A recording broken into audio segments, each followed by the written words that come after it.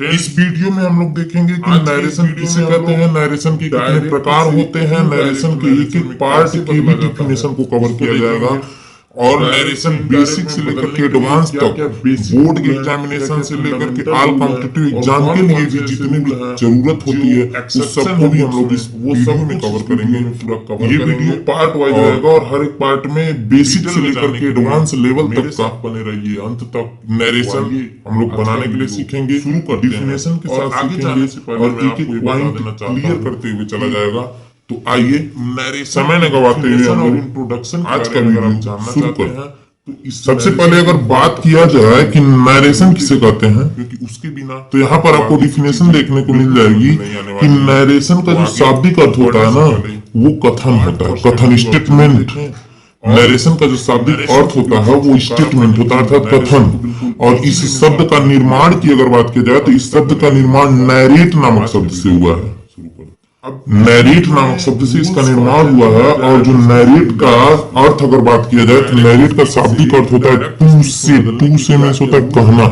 अर्थात नरेशन का जो शाब्दिक अर्थ हो गया टू से मीन्स कहना, अर्थात किसी भी बात को अगर हम कहते हैं बदलने के लिए अपने मुंह से जो कुछ भी बात कहते हैं उसी को नरेशन कहा जाता है। जो हर एक तरह और नरेशन को अन्य नामों से अगर जानने की बात की जाए तो नरेशन को अन्य नामों से भी जाना जाता है, जैसे एसरेशन, स्टेटमेंट या डिक्लेरेशन आदि नामों से भी कहीं किसी बुक में जाना जाता है। तो यहाँ तक क्लियर हो चुका कि नरेशन नैरेट शब्द से मिलकर के बना है जिसका अर्थ होता है कहना। अब आगे आइए इसकी डिफिनेशन को देख लेते हैं। तो डिफिनेशन है कि किसी भी वक्ता मींस स्पीकर अर्थात जो मुंह से बोल रहा है, किसी भी स्पीकर के द्वारा कही गई बात को ही नरेशन करते हैं। किसी भी स्पीकर के द्वारा कही गई बात या स्टेटमेंट को नरेशन करते हैं। और जब कोई भी बात स्पीकर कहेगा ना तो उसको हम दो तरह से डिफाइन कर लेंगे, दो तरह से उस स्पीकर को के द्वारा कही गई बात को हम लोग व्यक्त कर सकते हैं। वो कभी भी नहीं बदलता। किसी भी स्पीकर के द्वारा कही गई बात को हम दो तरह से व्यक्त करते हैं, तो इसीलिए नरेशन के दो पार्ट हो जाते हैं, एक डायरेक्ट नरेशन, दूसरा इनडायरेक्ट नरेशन। डायरेक्ट नरेशन और इनडायरेक्ट नरेशन। डायरेक्ट नरेशन की अगर कोई हिंदी पूछे तो उसका होता है प्रत्यक्ष कथन, और इनडायरेक्ट नरेशन की अगर कोई हिंदी पूछना चाहता है तो अप्रत्यक्ष कथन उसकी हिंदी होती है। उसके यहाँ तक अगर क्लियर हो चुका होगा तो हम लोग एक एक का डिफिनेशन भी देख लेते हैं कि डायरेक्ट नरेशन किसे कहते हैं और इनडायरेक्ट नरेशन किसे कहते हैं। तो यहाँ नीचे आपको डिफिनेशन भी मिल जाती है कि डायरेक्ट नरेशन अर्थात किसी भी वक्ता मीन्स स्पीकर, अर्थात किसी भी स्पीकर के द्वारा कही गई बात मीन्स स्टेटमेंट, अर्थात किसी भी स्पीकर के द्वारा कही गई जो स्टेटमेंट होता है और उसके द्वारा कहा गया स्टेटमेंट को उसी के शब्दों में डायरेक्ट सेपरेट वे से व्यक्त कर दिया जाए ना तो डायरेक्ट स्पीच या डायरेक्ट नरेशन कहलाता है। अर्थात कोई भी व्यक्ति जो भी बात बोल दिया है वो जैसे जैसे उस बात को बोला और उसी बात को उसी के शब्दों में रिपीट कर दिया जाए, उसी के शब्दों में अगर हम कह देते हैं तो वो डायरेक्ट नरेशन होता है। यानी डायरेक्टर किसी के भी स्पीकर को कही गई बात को कह देना डायरेक्ट नरेशन कहलाता है। और डायरेक्ट नरेशन में हम लोग सिंगल और डबल इन्वर्टेड कामा का यूज भी करते हैं। ये बताना चाहता है डायरेक्ट नरेशन में हटा दिया जाता है, तो देखिए यहाँ सिंगल कामा और ये डबल इन्वर्टेड कामा का यूज हुआ है, अर्थात जिस स्पीकर के द्वारा कहा गया स्टेटमेंट होता है ना उसको इन्वर्टेड कामा के अंदर लिखा जाता है। किस जगह डायरेक्ट नरेशन में स्पीकर के द्वारा कहा गया स्टेटमेंट को उसी के शब्दों में एक्सप्रेस कर देना ही डायरेक्ट नरेशन कहलाता है।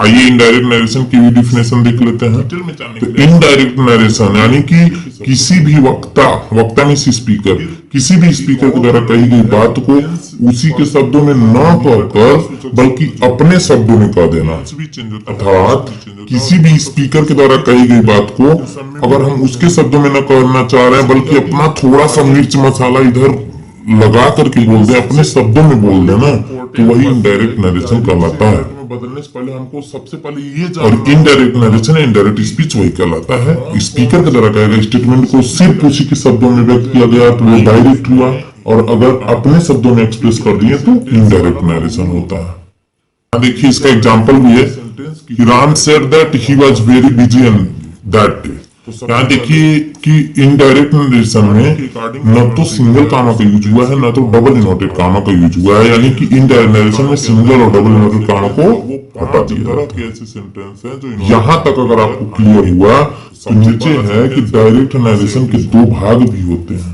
जिसको हम लोग हिंदी में डायरेक्ट नरेशन के दो पार्ट होते हैं। पहले को बोला जाता है रिपोर्टिंग स्पीच और दूसरे भाग को रिपोर्टेड स्पीच बोला जाता है। इंपेरेटिव सेंटेंस जिसको यानी कि डायरेक्ट नरेशन के दो पार्ट होते हैं, जिसमें एक को रिपोर्टिंग स्पीच और दूसरे को रिपोर्टेड स्पीच कहा जाता है। एक्सक्लेमेटरी सेंटेंस जिसको जैसे बात किया जाए एग्जाम्पल की, तो यहाँ he said I am very hungry. तो यहाँ देखिए सिंगल कामा कि पहले की जो चीज है, जो भी पार्ट है, इट मीन्स जो डबल इनवर्टेड कामा के बाहर वाला पार्ट होता है उसको हम लोग रिपोर्टिंग स्पीच कहते हैं, और जो पार्ट डायरेक्ट नरेशन का वह पार्ट जो डबल इनवर्टेड कामा के अंदर रहता है, उसको चेंज करने के रूल डायरेक्ट स्पीच या डायरेक्ट नरेशन का वह पार्ट जो डबल इनवर्टेड कामा के अंदर लिखा होता है उसको रिपोर्टेड स्पीच कहा जाता है। तो यहाँ पर आपको क्लियर हो चुका होगा कि reporting speech means double inverted comma के बाहर वाला पार्ट और reported speech means double inverted comma के अंदर वाला पार्ट।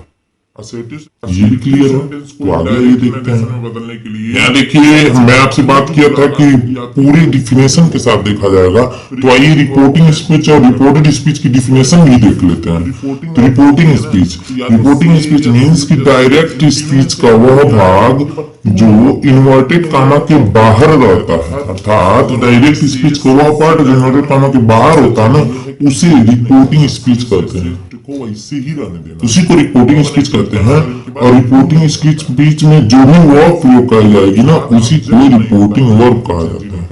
वह वर्ब जो रिपोर्टिंग स्पीच में यूज की जाती है उसी को रिपोर्टिंग वर्ब कहा जाता है। और सेड टू आ गया तो इसको अगर उसमें प्रयोग की गई वर्ब को रिपोर्टिंग वर्ब कहते हैं, तो उसमें प्रयोग किए गए सब्जेक्ट को क्या कहेंगे? तो उसमें प्रयोग किए सब्जेक्ट को रिपोर्टर एवं ऑब्जेक्ट जो उसमें यूज हुआ जाता है ना, उसको object of the reporting verb कहा जाता है।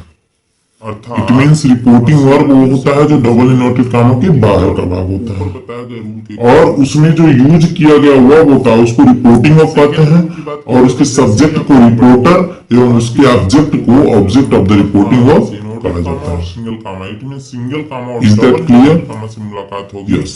तीन नेक्स्ट देखिए, सिंगल कामा और डबल इनवर्टेड फिर आगे है कि रिपोर्टेड स्पीच की डिफिनेशन क्या होगी। तो reported speech it means direct narration का वह पार्ट जो इन्वर्टेड कामा के अंदर, जो इन्वर्टेड कामा के अंदर होता है ना, उसे रिपोर्टेड स्पीच कहते हैं। और रिपोर्टेड स्पीच के वर्ब को verb of the reported speech कहा जाता है। रिपोर्टेड स्पीच वाली जो वर्ब होती है ना, उसको verb of the reported speech कहा जाता है। और जब टेंस वगैरह चेंज करना रहता है तो हम लोग इसी वर्ब को चेंज करते हैं। फ्यूचर टेंस में हो। तो यहाँ तक देखिए सबकी डिफिनेशन हो चुकी है। एक बार अगर शार्ट में ग्लिम्स इसका देखना चाहिए तो थोड़ा और आगे चल के देखते हैं कि क्या है रिपोर्टिंग स्पीच, क्या रिपोर्टेड स्पीच है। एक ही स्पीच का टेंस जगह देख लिया जाए उसको। बदले यहाँ देखिए अब आपकी स्क्रीन पर दिख रहा होगा एक ही बार, जैसे एग्जांपल है कि Ram said to Shyam I help you. इसमें बात किया जाए तो देखिए इन्वर्टेड कामा के जो अंदर वाला पार्ट है उसको रिपोर्टेड स्पीच कहते हैं, और इन्वर्टेड कामा के जो बाहर का पार्ट है उसको रिपोर्टिंग स्पीच कहते हैं। टेंस है रिपोर्टिंग स्पीच की जो सब्जेक्ट है उसको subject of the reporting speech कहा जाता है, और इसमें जो वर्ब यूज होती है उसको रिपोर्टिंग वर्ब कहते हैं, और इसमें जो ऑब्जेक्ट यूज होता है उसको object of the reporting speech कहा जाता है। प्रेजेंट टेंस में यहाँ तक अगर क्लियर हुआ तो थोड़ा और डिटेल में बात किया जाए तो देखिए जो रिपोर्टिंग स्पीच का सब्जेक्ट होता है उसी को रिपोर्टर भी कहते हैं, क्योंकि यही बोलता है, मुंह से यही बात करता है। देखिए राम से टू श्याम, राम कहा श्याम से, तो जो कहा ना उसी को रिपोर्टर बोलते हैं। और जो बोलता है उसको स्पीकर भी बोलते हैं, स्पीकर के नाम से भी जाना जाता है इसको। और अगर हिंदी की बात किया जाए इसकी हिंदी वक्ता होती है। वक्ता मीन्स का बोलने वाला स्पीकर। और किस टेंस में वही हाल यहाँ भी है कि ऑब्जेक्ट को चेंजिंग रूल कैसे किया जाता है, सुनना पड़ता है। अर्थात जो भी रिपोर्टर बात कहा है ना उसको ये सुनता है, इसलिए इसका नाम लिसनर भी कहा जाता है, श्रोता। ऑडियंस भी कह दिया जाता है।